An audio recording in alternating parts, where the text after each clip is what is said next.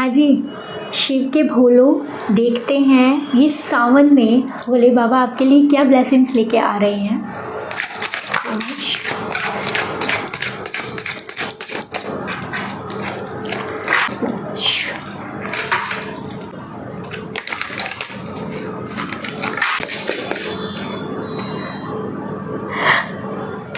The high priest, बहुत अच्छी energies हैं। The empress,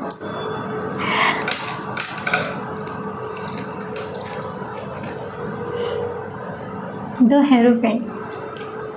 oh my God, तीनों ही इतने ज़बरदस्त कार्ड निकल के आए हैं, इनकी एनर्जीज इतनी हाई है। जजमेंट, ये कार्मिक कार्ड है थोड़ा आपके लिए। ये महीना, ये सावन इतनी पॉजिटिव एनर्जीज लेके आया है और इतनी सारी ब्लेसिंग्स लेके आया है ना। आपके अंदर बहुत सारी नॉलेज है और या फिर आप बहुत सारी नॉलेज गेन करने वाले हैं इस मंथ में। और आपको जो विश्वास नहीं होता है ना, जल्दी से लोगों पे आप ट्रस्ट नहीं कर पाते हो, तो ये भी आपको बताता है कि आपको खुल के बात करनी चाहिए। अपने इमोशंस को अंदर ही अंदर नहीं दबाना, लोगों के बीच में आप बात कीजिए। उन पे मतलब कहीं ना कहीं ट्रस्ट तो बनाना पड़ता ही है ना, तभी हम आगे बढ़ पाते हैं। तो ओपनली आपको अपनी चीज़ों पे बात करनी है, चाहे वो इशू कैसा भी हो। और इस महीने में देखा जाए तो आपकी इंट्यूशंस भी बहुत स्ट्रॉन्ग होने वाली है।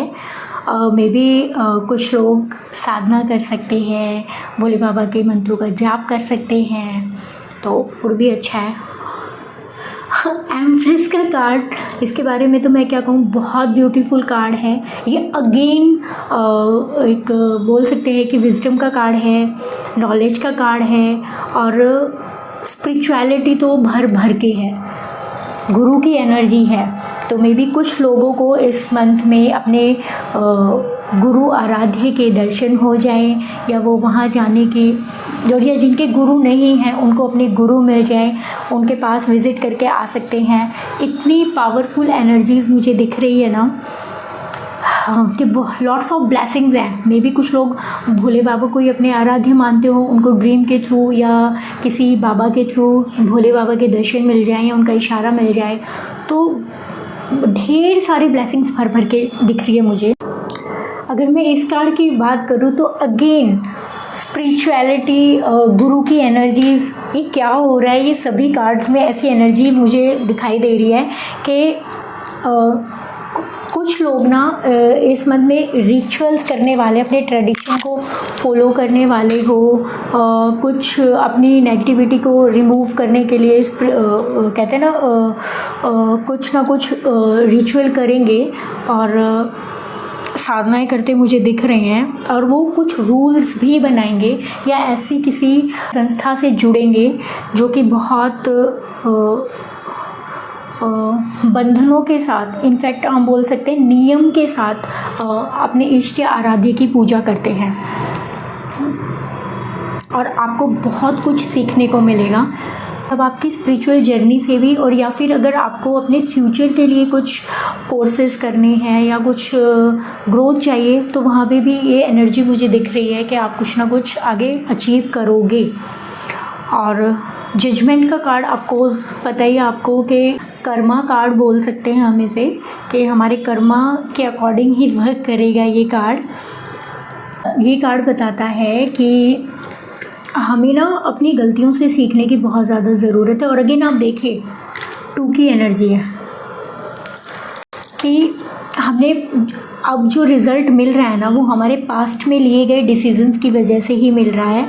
हमने ऐसे क्या कर्मा किए हैं जिसकी वजह से हमें आज ये दिन देखने पड़ रहे हैं, चाहे वो अच्छे हो या बुरे हो। ऐसा बोल सकते हैं कि हमें रियलाइज़ होगा कि नहीं, हमें क्या करना चाहिए, क्या नहीं करना चाहिएगा। एक फॉरगिवनेस का भी कार्ड है ये, और हमें कुछ चीज़ों को छोड़ के आगे बढ़ना पड़ेगा। हम उन्हीं चीज़ों में फंसे नहीं रह सकते, वरना हमारी ग्रोथ रुक जाएगी। और जो भी हमने पास्ट में गलतियां करी हैं जिसकी वजह से आज हम ये चीज़ें फेस कर रहे हैं, वो दोबारा रिपीट नहीं करनी है। अपनी चीज़ों को बोलते हैं ना, रिकॉग्नाइज़ करना है, चीज़ों को देखना है, समझना है, फिर ही आगे बढ़ना है।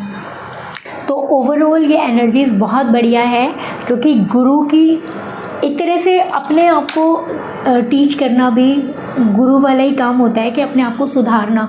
कि कई बार हम खुद के लिए भी अपनी चीज़ों को देखते हैं कि हमें कैसे ग्रोथ करना है, अपनी चीज़ों को कैसे ठीक करना है, परिस्थितियों से कैसे बाहर आना है।